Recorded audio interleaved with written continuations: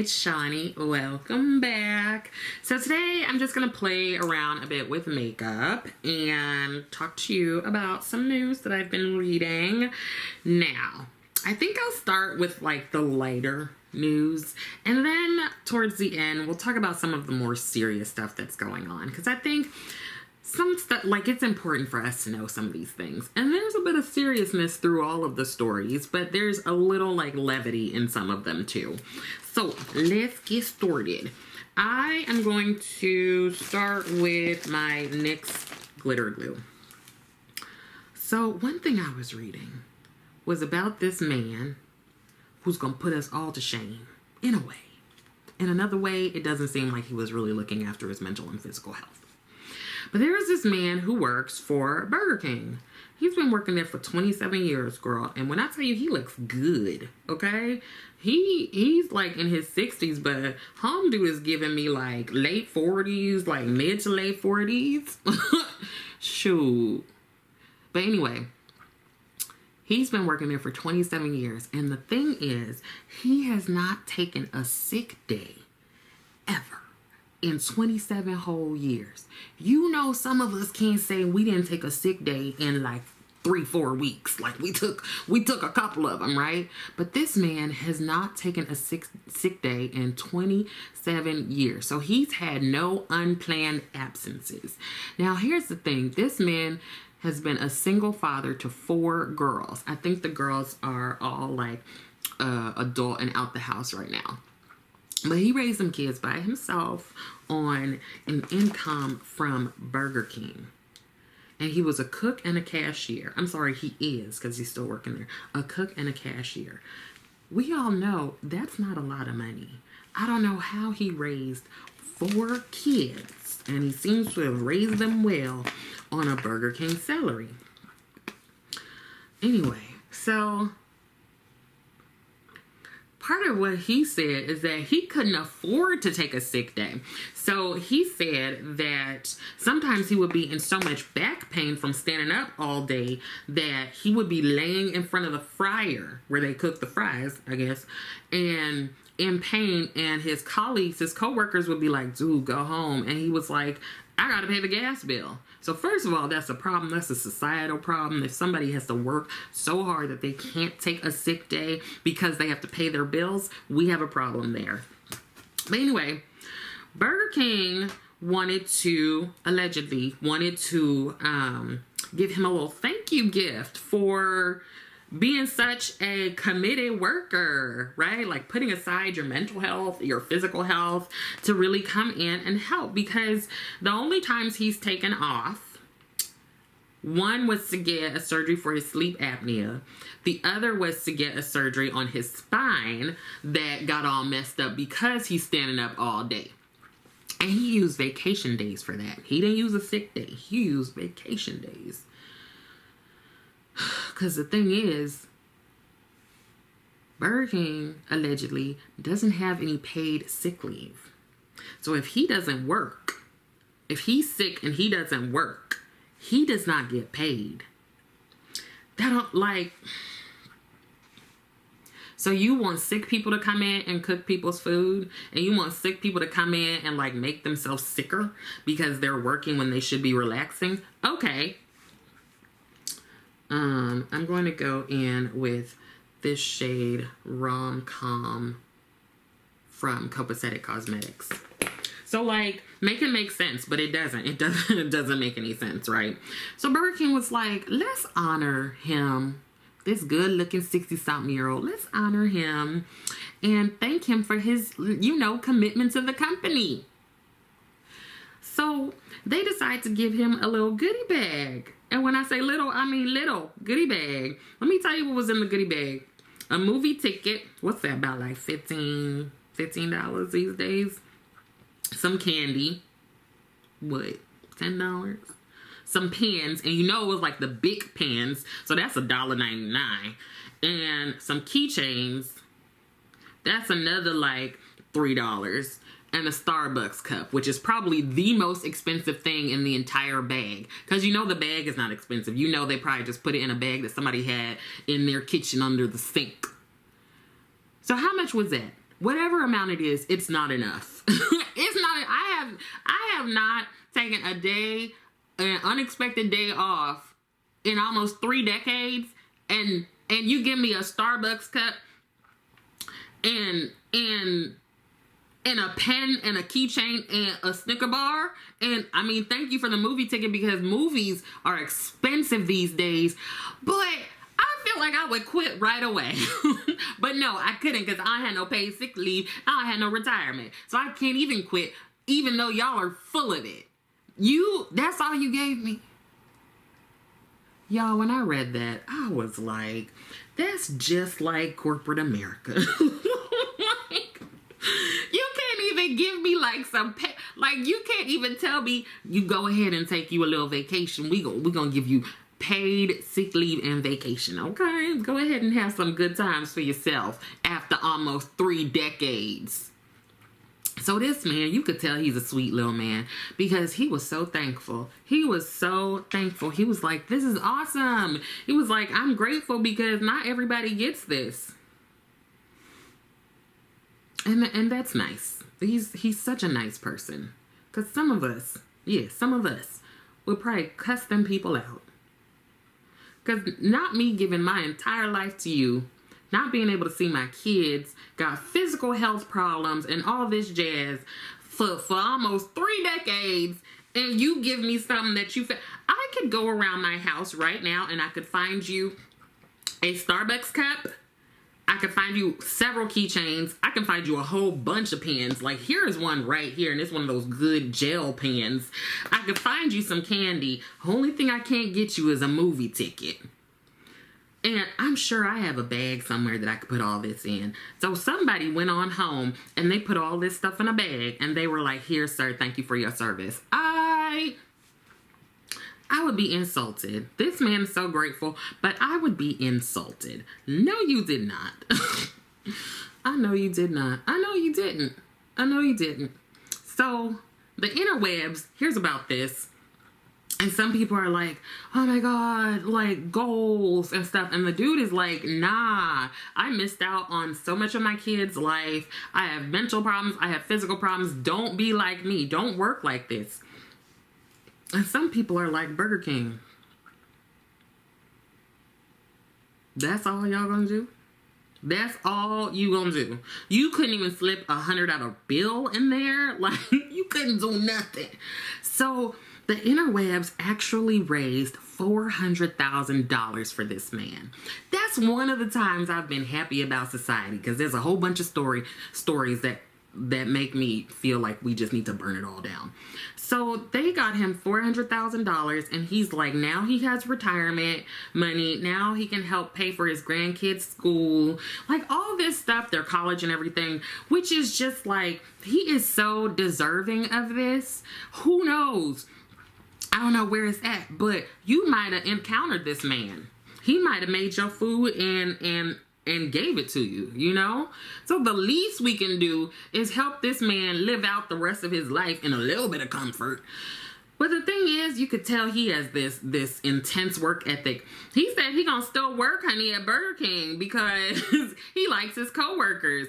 Girl, once I got that $400,000 in my bank account, I would quit. Oh, you wouldn't have to tell me nothing.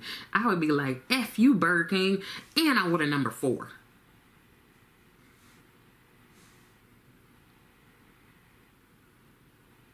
All right, so moving on, because there's more like work stuff. So this man, this pilot for United Airlines, I think he's also in his 60s, and he also looks really good. I don't know what y'all 16-year-olds doing, but yes, keep doing it. So he gets off his plane that he just flew. I don't know how long the flight was, but you know, these pilots, they be working. And especially with the panini that has been going on, you know, there's been a lot of retirement of pilots, like people quitting and stuff, rightfully so, because y'all been acting a fool on these planes for the past 3 years. If I see one more story about somebody trying to open up the what's that thing?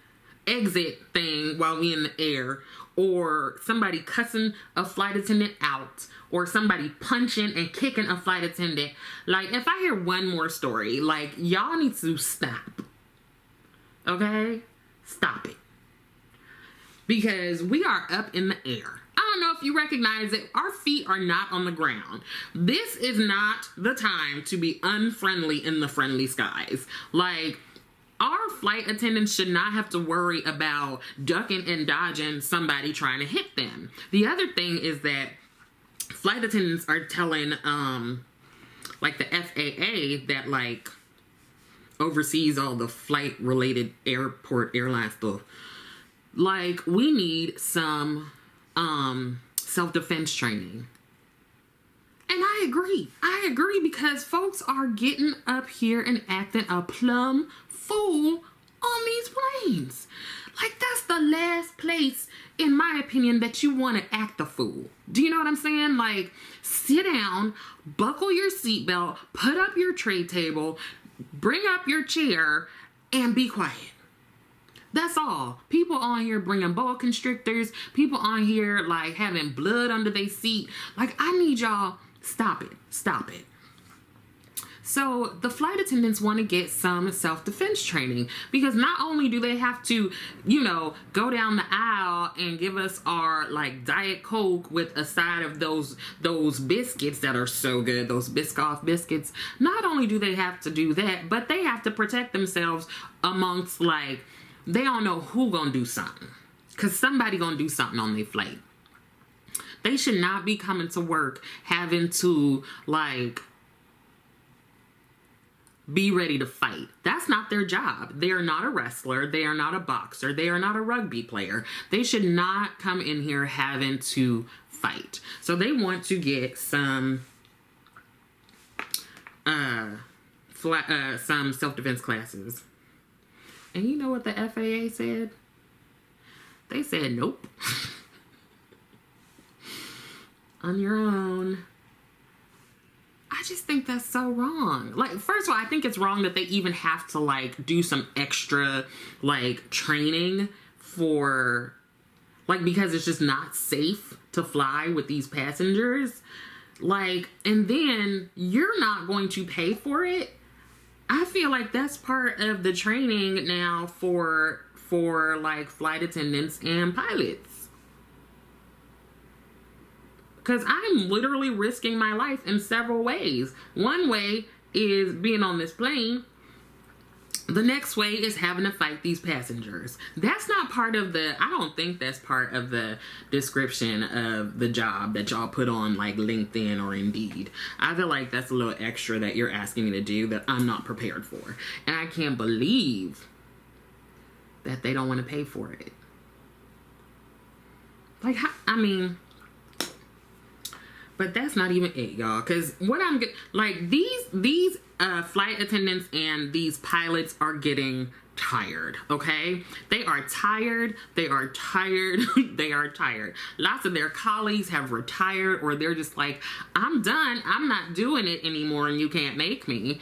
And one dude, he let it out a little bit, and maybe not the best way.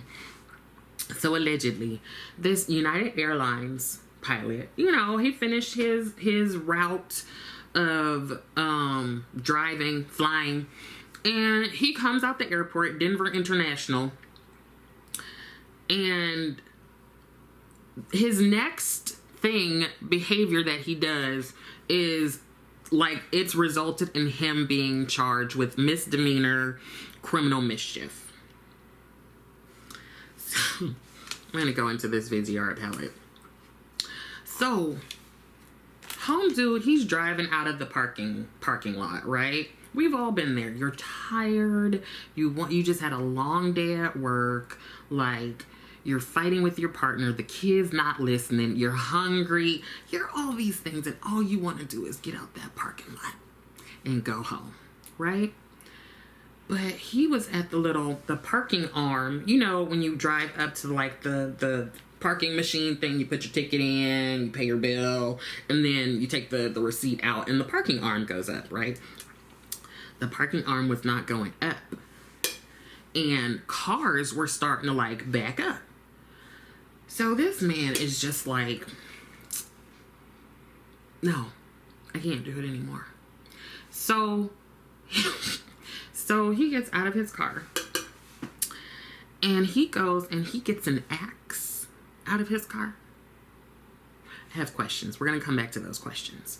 And he chops at the parking arm 23 times. I don't know why he didn't make it 25, but he chopped 23 times.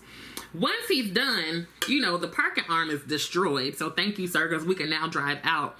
But these two, like, workers come and they're trying to, like, wrestle the axe from him. He's not really fighting back, but there's a little bit of a scuffle.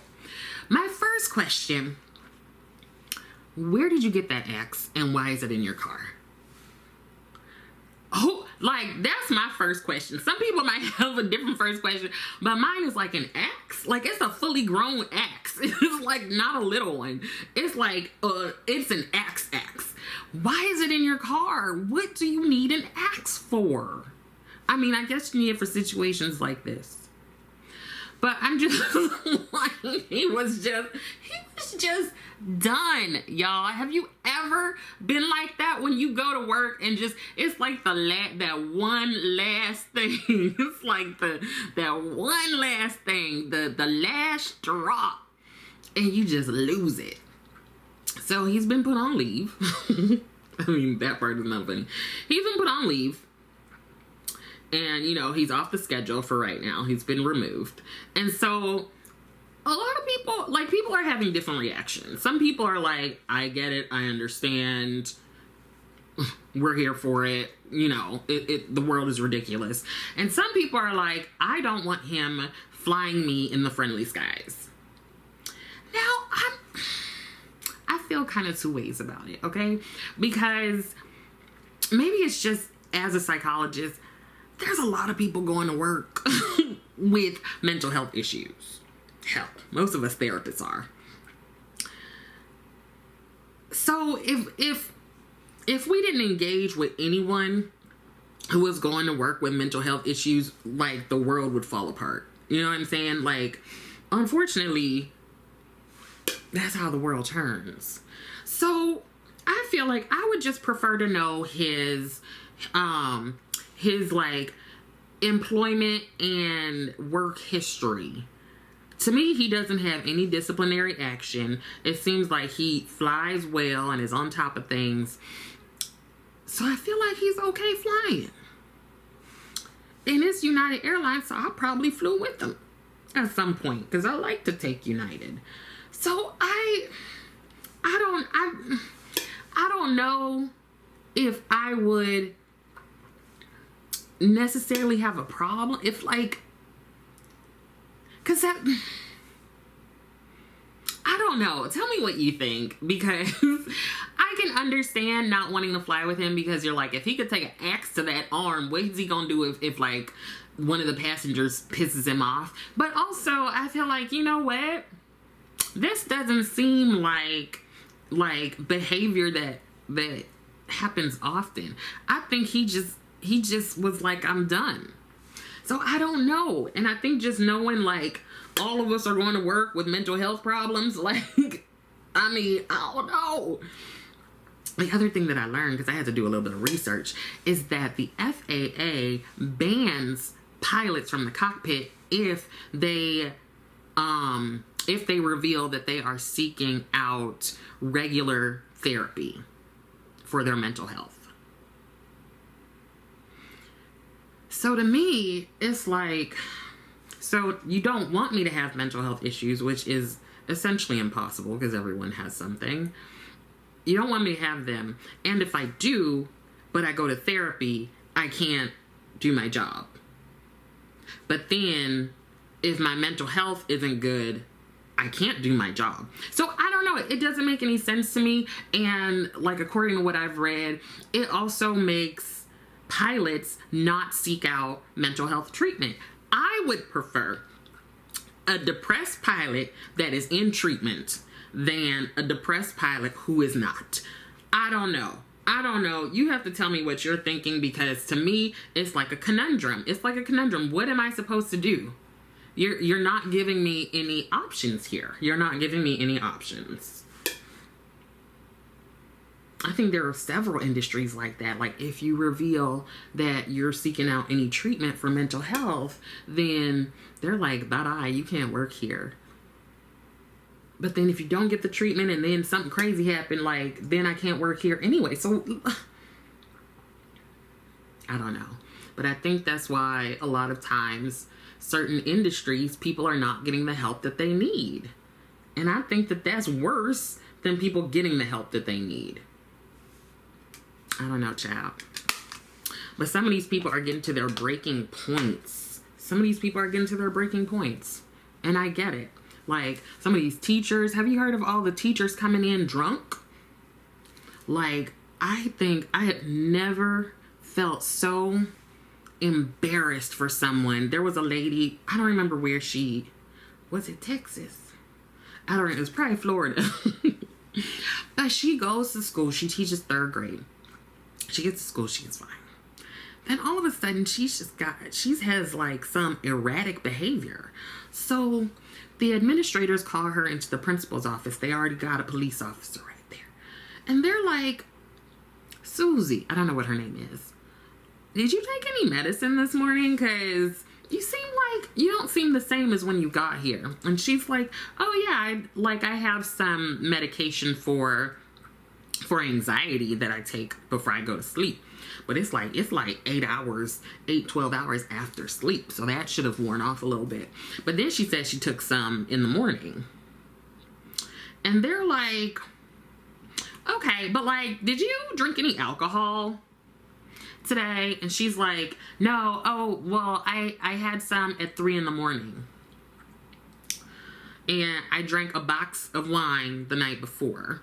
And they're like, well, would you mind doing a breathalyzer? I don't know if you've ever taken a breathalyzer. I have, but it was for research. Don't even try to come at me. It was for research. Where I was a research assistant, and we had to give people alcohol. And anyway, we had to learn how to do the breathalyzer. So she breathalyzes. She breathes, however you say that, a 0.24. Or is it 0.27? Whatever it is. It's 3 times the legal limit. 3 times. And she in there teaching your 3rd graders. So they are like, listen, ma'am, you have a couple options. You need to go ahead and call somebody, or you're going to get arrested, and you're going to have to call them from the station. So she's like, they're like, who can you call? And she's like, her husband. But she's like, no, I don't want to call him. I can't call him. She starts crying. And they're like, okay, then we're going to arrest you. And she's like, no, I don't want that either. And it's like, girl, you got to decide right now. So they go to get her phone from her classroom. And they bring her bag. And girl, they bring a cup.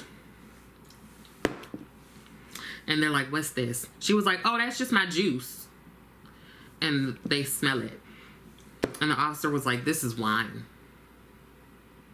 And she's like, oh, I thought that was from yesterday. Girl, it don't matter if it was from yesterday or today. Why do you have a cup of wine in the classroom with these children? Why do you have that? So obviously, she's a functioning alcoholic. Just based on what she was saying, I know a lot of us probably have... Rose, where the hell did you come from? A lot of us probably have experiences with folks who have alcohol addiction in our families or anything like that. So, there are a lot of people who are functioning alcoholics. The concern with this lady and with a lot of people is that she's on the job drinking and she's around kids. So I don't even know how her behavior changed, but they were able to see some kind of significant change. And when I hear her talking, she's slurring her speech just a little bit. She's a little drunk, in my opinion. Because I think she been the cup was empty. So she done drank that. And it was a big cup. It was like a big gulp cup. It wasn't like a little teacup. So she drank all of that at work, allegedly. And so she starts crying. And it's probably the most humiliated I have felt for someone else. Because we are watching this on camera. It was on Law and Crime. We are watching this. That's rock bottom for this lady. So She starts crying and she is just distressed. I just realized I stopped doing my makeup. She is just distressed. And they're like, oh, this is where she sealed her fate. I guess the people turned around and she grabbed the cup and she tried to clean it out real quick. And the officer was like, that's it, girlfriend. That's it. You're going to be arrested. And she is just fighting. And I feel like if she was another color, it would have been a little bit worse. But she's just fighting and fighting and fighting. And he's like, stop right now. Put your hands behind your back. And you're being arrested. For, I guess, I don't know, public intoxication. I'm not even sure. So she's asking the principal, she's like, am I going to have a job tomorrow? And he was like, no. I'm sorry. That part, it's not funny. It's the way that he said it. He was just like, no.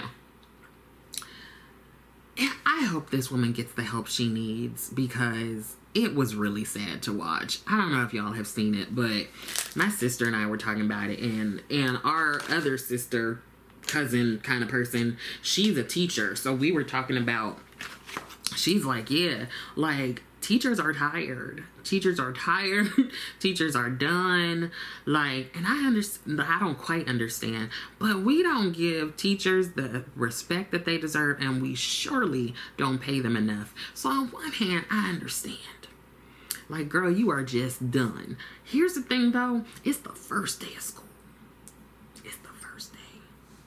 It's not like the end of the semester. It's the first day. So if you come into the job drinking on the first day, I don't know about that. And she's with these little kids. How old are you in third grade? Like 7 years old? 8, 9, 7? She's with these little kids. And that's putting these children in danger. She might be, like, charged with child endangerment. And now her whole story is all over the interwebs. And everybody knows. That's it. That's it for her teaching career. That's it for her teaching career. Let me know if you've seen that video, and how do you feel? Do you feel like any empathy for her, or are you just like, whatever, she did to herself? Let me know what you think. And I'm gonna go ahead and continue with my notes before we get to the heavier stuff. Are y'all going to take Korean Air anytime soon? Because there is a new policy. They said it's temporary. But basically, they are going to now ask passengers to step on a scale with their carry-on items. How you feel about that? All I know is I'm not getting on nobody's scale at the airport. I'm not doing it. No. I barely get on it at the medical doctor. You know, you can tell them you don't want to be weighed. I barely get on it there. So I know I'm not going to be getting on it at the airline. You got me mixed up with somebody else. Because why do you need to know? I need you to just take an average. This one looked like she about this many pounds. And then add like 10. And that's how much I weigh. Cause, wait.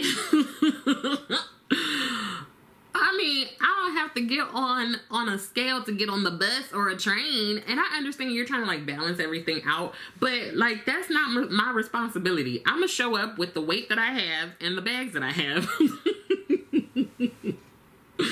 I feel like you just need to take an average and like add 100 pounds to all of it.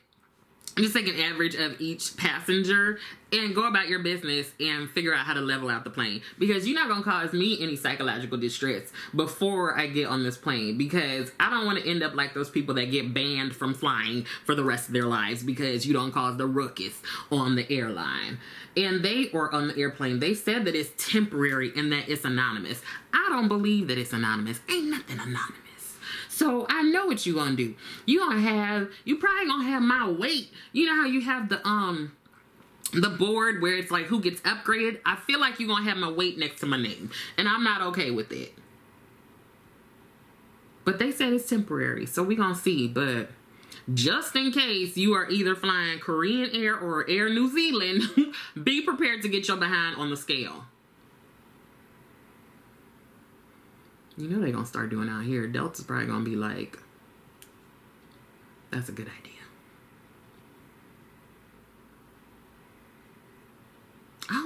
No. Oh, and they were like, this isn't to discriminate like larger passengers and heavier bodies. But so then why are you doing it? I don't see the point. Maybe somebody could explain the science behind it. But we've been flying for a good couple, like, prescription is ready for pickup. We've been flying for like some decades now.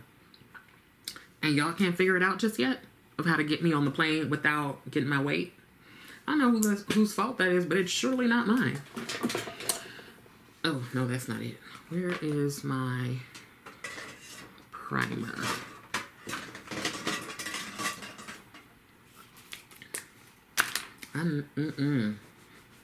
Okay, but another story about flying. So this couple was going to Italy for their wedding, a destination wedding.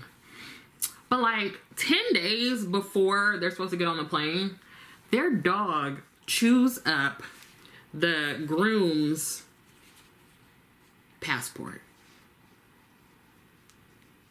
Now, I don't know about you, but to me, that sounds like an omen. That dog is telling you, don't get married, sir. Do not marry this woman. That's what that dog is telling you, because it's 10 days before. Like, I'm supposed to go, and all of a sudden you chew up my passport. That's not a coincidence, okay? That's not a coincidence. And so, 10 days before, girl, I feel like that dog went into the drawer and was like, I gotta find a way for this man to not marry this woman. And he found a way. I don't know. I don't know if the man got his new passport or not. I haven't seen an update just yet. I'm going to go in with the YSL foundation. I used this the other day and I realized how much I like it. Anyway, to me, that's an omen.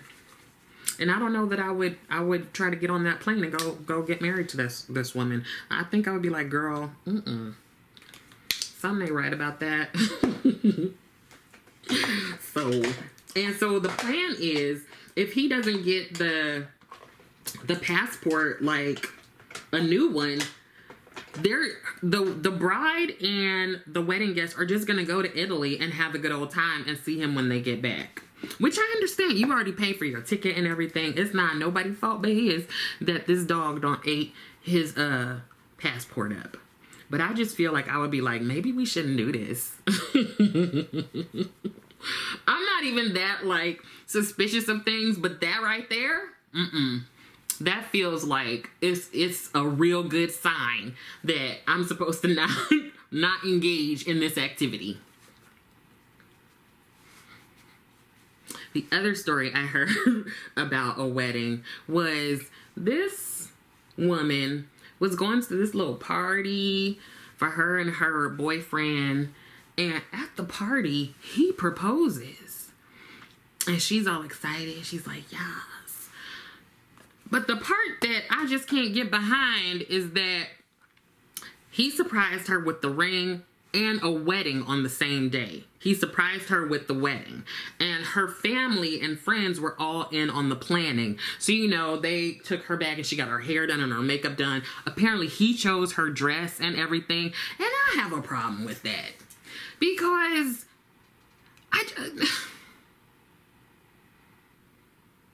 maybe it's just me, but I would like to choose my own things. I don't want y'all to plan it for me and then like leave me out the planning. Like maybe they thought that was romantic, but I'd be pissed. I would be pissed. You don't know how you looking on that day, right? Like what if I hadn't like showered or something, or what if my hair was all like like I'm not a fan of it. If you love me, you're not gonna do that. You're not gonna do that. Or if you're like, we're gonna get married today, then I'm gonna go home and I'm gonna get ready. I know you didn't just pick out a dress for me. First of all, how do you know my size? Did you get the shoes that I would want to wear? Did you get the strapless bra? Did you get all the stuff? Because that feels real suspicious. That feels real suspicious. Why you do that? What if she said yes, but was planning to go home and be like, just kidding, I'm really saying no? Like, that feel like some kind of entrapment. Let me know if you would like that, because maybe it's just me that I'm like, no, that's something ain't right with that. I need to be included in the planning. Thank you for being involved, sir, but that just feels, that makes me feel some kind of way. I'm going to go in with this Marc Jacobs Extra Shot Concealer. Now, here comes the stuff that is ridiculous. So we're going to head to Florida. Both of these stories are coming out of Florida. Both of them. And they're both pretty racist. The first one has to do with an elementary school. That's the young ones. That's the young kids. So what they did, what this school did, is they got all the black students. Just the black students. They got all the black students. I'm not making this up. They got all the black students, the 4th and 5th graders, and they put them in this, what are those things called? Like the big meetings. What are those called? Like the, I don't know what they're called. You know what I'm talking about. In the auditorium for like, whatever they're called. And for a little discussion. Just the black students. I hope I'm making that clear that it's just the black students. Their parents didn't know. They didn't know. They don't know what's going on. Like, why are we assembly? Why are we having this assembly with just the black students? Like, just the black students. It's not it's not like a historically black elementary school. Now, they put them there and they had a PowerPoint. They had a PowerPoint talking about African Americans and how they underperform on standardized tests. Now, one thing I needed them to do was I needed them to do a little bit of research. Y'all not be coming in here with the research. I needed them to do a little bit of research because standardized testing can be a bit biased. There's research. People who like certain races, certain social class, all these things affect your ability on a standardized test. Or you just may not be great at standardized testing. There's also this thing called stereotype threat. Have you heard about it? There's this thing called stereotype threat. I think it's like a psychological thing. What's his name? I don't remember. But there's this idea that students who know that they are taking a test in which like their gender or their race tends to underperform, under that pressure, they're going to underperform. Like they're going to, like if black students know that they're being compared to white students, if women are taking, a math or science class, like all of these things actually affect the performance of the student. I can't say that this is what's happening on the standardized test for these 4th and 5th graders. I don't know. Because the crazy thing is, it wasn't just the students who weren't doing well. It was all the black students, including the ones who have passing grades. But these people took it upon themselves to do this little PowerPoint on African American students underperforming and telling them that if they don't perform well, that they're going to end up dead or in jail. I have several problems with this. I have several problems with this. One, if I were a parent there, I no.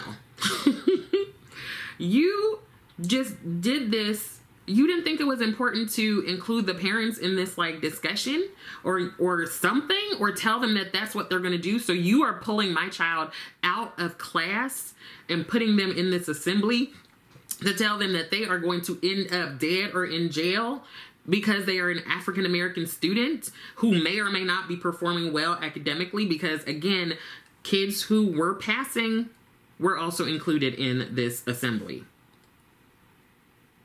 Top it off, the PowerPoint had a bunch of mistakes in spelling. So you want to tell me about getting my grades up and you can't spell. You can't spell.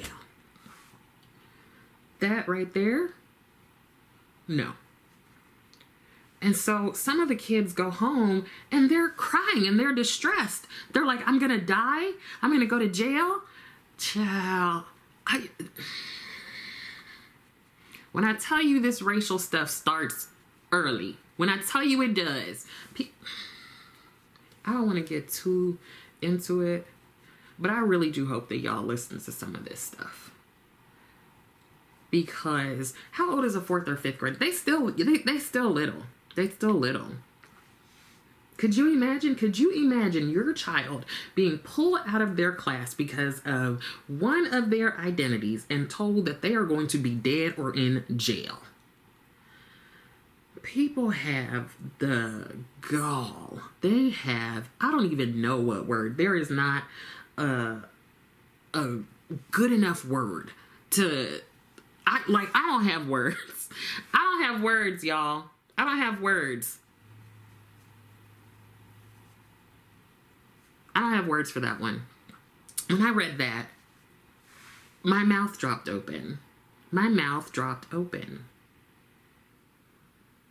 Who thought that that was a good idea?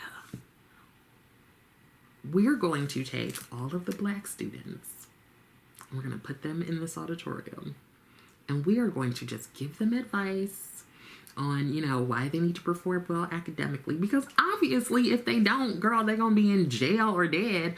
Who thought that up? That's where you know who's in the boardroom. Because if there was a black person or another person of color, hopefully they would be like, I think there's something a little wrong about this. So that's how we know who's in the boardroom.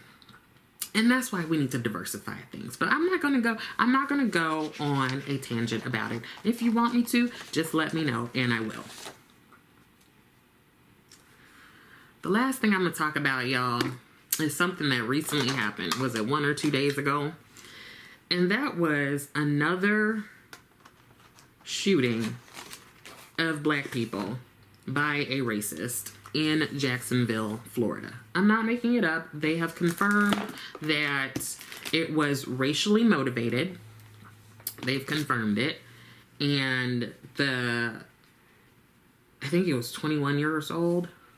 21-year-old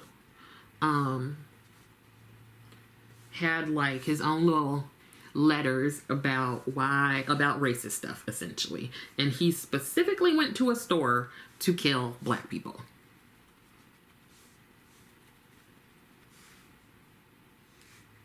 Like, funnily enough, I get a lot of clients of color, and I get a lot of folks who identify as white. And I have conversations about race and other things with all of them. And I think we don't talk about this stuff enough. Because racial trauma is real. Like, do you know how scary it is for me to think about, I can't go to the grocery store, I can't go to church, I can't go to the Dollar Tree, I can't just be in my house, I can't be outside my house without having a fear that I could be hurt or killed just because of this, the color of my skin. So I am imploring you to think about where you might have some biases and some internalized stuff, like where you just might need to get a bit more education on certain things. I am more than willing. Y'all who have talked to me, you know that I am willing to talk about racial stuff because I think it's important for all of us to be informed.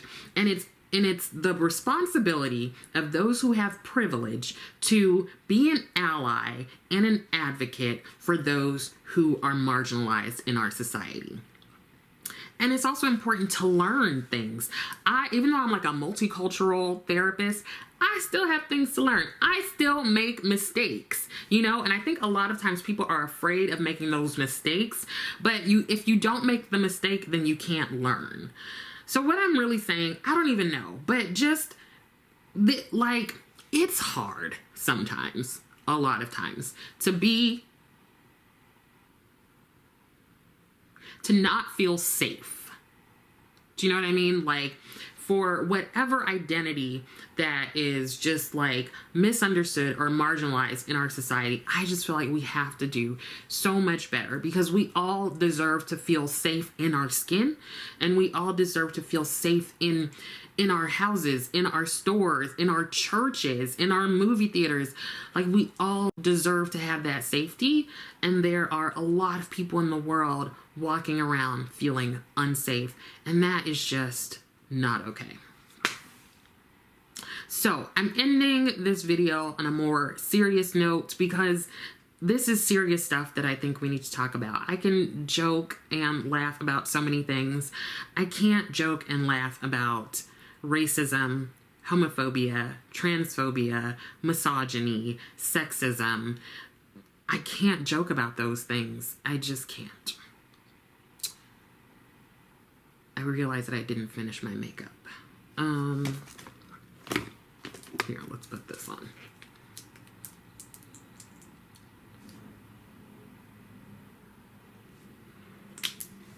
That's kind of it, y'all. That's kind of it. Those are all the stories that I gathered over the past couple of days. There's a lot of terrible happening in the world, and I was hoping just to bring you a little bit of not terrible with some of the stories, just to kind of lift your spirits, lift my spirits. But I felt like I just had to say something about the things that are going on that are, you know, not that one thing is more serious or more important than the other, but I think it's just really important for us to be aware. And even within the makeup world, y'all, this stuff happens within the makeup world, where there's racism, there is homophobia, there's just everything. Like, unfortunately, you know, the makeup world is not a silo where things don't happen. It happens here too. So just think about that. You know, let's all work to be advocates and be and use our voices to speak out for things, against things. Yeah, you know. Again, if you want to talk about any of this stuff, I am more than willing. Just DM me on Instagram. I have literally talked to quite a few people about some of this stuff, like in the background. So I'm very much willing to do that. I think that's it, y'all. I don't remember what I even say to end these things, because I'm just a little incredulous. Yeah. So, I'm just gonna end it. Thank you so much for watching, and I will see you next time.